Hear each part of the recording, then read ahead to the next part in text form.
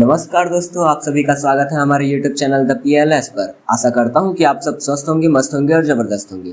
आज की इस वीडियो पे हम लोग देखने वाले हैं भारत में जो 10 और नए स्थलों को रामसर साइट का दर्जा प्राप्त हुआ है उनके बारे में।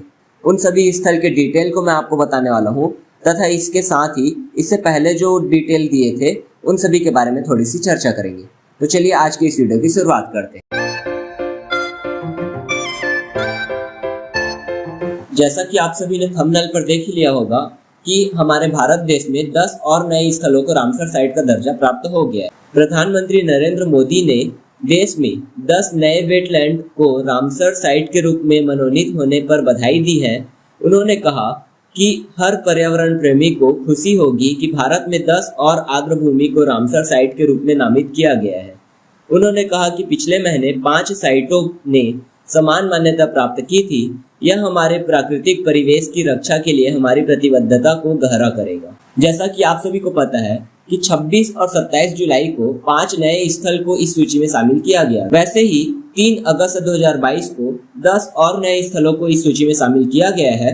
तो पहले इस स्थल की सूची में 49 स्थल शामिल थे और 5 नए स्थल ऐड होने के बाद इनकी संख्या 54 हो गई थी और अभी 10 नए स्थल के जुड़ने के बाद इनकी संख्या वर्तमान में 64 हो गई है। अर्थात वर्तमान भारत में रामसर स्थल की अगर संख्या बात की जाए तो 64 स्थल ऐसे हैं जिनको रामसर का दर्जा प्राप्त है। यदि आपको रामसर साइट के बारे में तथा इसके संबंधित मॉन्ट्रेक्स रिकॉर्ड के बारे में जानना है तो आप मेरे YouTube चैनल में जा करके हाल ही में अपलोड किए गए वीडियो रामसर स्थल के जो वीडियो बना है उसको जा करके देख सकते हैं। अब चलिए इन 10 स्थलों के बारे में देख लेते हैं। इन 10 स्थलों के जो नाम है उनको पहले देख लेते हैं। रामसर सूची में शामिल किए गए 10 नए स्थलों में तमिलनाडु के 6 स्थल, गोवा, कर्नाटक, मध्य प्रदेश और उड़ीसा के एक स्थल शामिल हैं। यह आर्द्रभूमि स्थल देश में 12,50,361 हेक्टेयर क्षेत्र में फैले हैं। अगर इन 10 स्थलों के बारे में देखें, इन सभी के नामों को पहले देख लेते हैं। कोत्थनकुलम पक्षी अभ्यारण्य तमिलनाडु पर स्थित है। मन्नार की खाड़ी समुद्री बायोस्फीयर रिजर्व तमिलनाडु राज्य से है। वेल्लोर पक्षी अभ्यारण्य तमिलनाडु राज्य का है। वेदाथंगल पक्षी अभ्यारण्य तमिलनाडु राज्य पे है। उदियमथर्नपरम पक्षी अभ्यारण्य ये भी तमिलनाडु राज्य पे है और एक बेम्बन्नूर वेटलैंड ये भी तमिलनाडु राज्य पर ही स्थित है। इसके बाद सतकोसिया गार्ज जो उड़ीसा राज्य पे स्थित है। नंदा झील जो गोवा राज्य पे है। रंगनाथिट्टू पक्षी अभ्यारण्य जो कर्नाटक राज्य पे है और सिरपुर वेटलैंड जो मध्य प्रदेश राज्य पे है। तो ये 10 स्थलों को हाल ही में रामसर सूची में शामिल किया गया है और इन स्थलों के शामिल होने के बाद भारत चीन के साथ सर्वाधिक स्थलों की सूची पे प्रथम स्थान पर है। अर्थात पूरी विश्व में अगर देखा जाए रामसर स्थलों की संख्या को तो भारत और चीन पे 64 स्थानों के साथ ये दोनों शीर्ष स्थान पर है। इसी के साथ ही आजादी के 75वें साल पर 75 साइट्स का लक्ष्य रखा गया है। अर्थात 75 साल पूरा होने के उपलक्ष्य में 75 साइटों को रामसर सूची में शामिल किया जाएगा। अब अगर 2022 में शामिल होने वाले भारतीय रामसर स्थलों की बात की जाए तो यहाँ 48 से क्रम स्टार्ट होता है जो 64 पे जाकर के समाप्त होगा। तो 48वां था खिजाड़िया वन्यजीव अभ्यारण्य जो गुजरात राज्य पे स्थित था, जो 2022 में ही शामिल किया गया। उसके बाद बखीरा वन्यजीव अभ्यारण्य जो उत्तर प्रदेश में स्थित है उसे शामिल किया गया था। उसके बाद 5 जो नए रामसर स्थल शामिल किए गए थे, करिकली पक्षी अभ्यारण्य, Pallikaranai Mars reserve forest, Pichavaram mangrove one, पाला आर्द्रभूमि और साक्य सागर ये 5 को हाल ही में ऐड किया गया 26 और 27 जुलाई के डेट पे, जिसका पूरा डिटेल मैंने पिछले वीडियो पे दिया है। और इसके साथ ही अभी के जो 10 नए स्थल है वे सभी है। तो अब चलिए इन 10 स्थलों के बारे में थोड़े थोड़े डिटेल देख लेते हैं। पहला है कोत्थाकुलम पक्षी अभ्यारण्य। यह पक्षी अभ्यारण्य तमिलनाडु राज्य पे स्थित है जो कुल 72 हेक्टेयर क्षेत्र में फैला हुआ है। यह आर्द्रभूमि दक्षिण भारत में निवासी व प्रवासी जल पक्षियों के प्रजनन के लिए सबसे बड़ा आरक्षित क्षेत्र है। इस क्षेत्र में प्रमुखतः भारतीय तालाब बगुला, यूरेशियन कबूतर और ओरिएंटल डॉटर पाया जाता है। इसके बाद दूसरा स्थल था मन्नार की खाड़ी बायोस्फीयर रिजर्व। यह रिजर्व तमिलनाडु राज्य पे स्थित है जो कुल 52,000 हेक्टेयर पर विस्तृत है। यह भारत के दक्षिण पूर्व हिस्से पर स्थित मन्नार की खाड़ी में समुद्री बायोस्फीयर रिजर्व है जो दक्षिण और दक्षिण पूर्व एशिया में पहला समुद्री बायोस्फीयर रिजर्व है। यह खाड़ी वह जगह है जहां बंगाल की खाड़ी का दक्षिण की ओर विस्तार हिंद महासागर से मिलता है और यह भारत में सर्वाधिक जैव विविधता वाले स्थानों में से एक है। विश्व स्तर पर संकटग्रस्त प्रजाति डुगोंग, व्हेल शार्क, हरा समुद्री कछुआ यहाँ संरक्षित किया जाता है।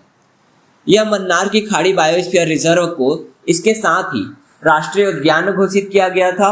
बायोस्फीयर रिजर्व और विश्व धरोहर स्थल में भी मान्यता प्राप्त है। इसे राष्ट्रीय उद्यान सन 1986 में घोषित किया गया था। बायोस्फीयर रिजर्व जो 10,500 वर्ग किलोमीटर पर विस्तृत है 1989 में शामिल किया गया और सन 2001 में इसे विश्व धरोहर स्थल में शामिल किया गया। इसके बाद अगला स्थल था वेल्लोर पक्षी अभ्यारण्य। यह अभ्यारण्य तमिलनाडु राज्य पे स्थित है जो 78 हेक्टेयर पर विस्तृत है। यह मानव निर्मित टैंक पर बसा है जो पक्षियों के लिए आदर्श आवास स्थल है। यह सन 2000 में पक्षी अभ्यारण्य के रूप में घोषित किया गया था। इसके बाद अगला स्थल था वेदाथंगल पक्षी अभ्यारण्य जो 40 हेक्टेयर पर विस्तृत है और यह भी तमिलनाडु राज्य पर ही स्थित है। यह प्राकृतिक पर्यटन स्थल हेतु अत्यंत प्रसिद्ध स्थल है। इसे 1998 में पक्षी अभ्यारण्य घोषित किया गया था जो वर्तमान में रामसर स्थल के रूप में शामिल किया गया है। इसके बाद अगला स्थल है उद्यम अर्थात पुरम पक्षी अभ्यारण्य। यह पक्षी अभ्यारण्य तमिलनाडु राज्य पर ही स्थित है और यह कुल 44 हेक्टेयर क्षेत्र पे विस्तृत है। इसके बाद अगला आर्द्रभूमि है बेम्बन्नूर वेटलैंड। यह वेटलैंड तमिलनाडु राज्य पे स्थित है और कुल 19.7 हेक्टेयर पर विस्तृत है। इसकी खासियत यह है कि ये वर्तमान में भारत का सबसे छोटा रामसर स्थल घोषित किया गया है। इससे पहले रेणुका ताल जो उत्तराखंड राज्य पे स्थित है जो कुल 20 हेक्टेयर क्षेत्र पर विस्तृत था उसे सबसे छोटे रामसर स्थल होने का दर्जा प्राप्त था। अभी वर्तमान में बेम्बन्नूर जो वेटलैंड है उसे यह स्थान प्राप्त हो गया है। यह कुल 19.7 हेक्टेयर पर विस्तृत है और इससे पहले जो रेणुका ताल था वो 20 हेक्टेयर क्षेत्र पर विस्तृत था। तो इस फैक्ट को आप याद रखेंगे।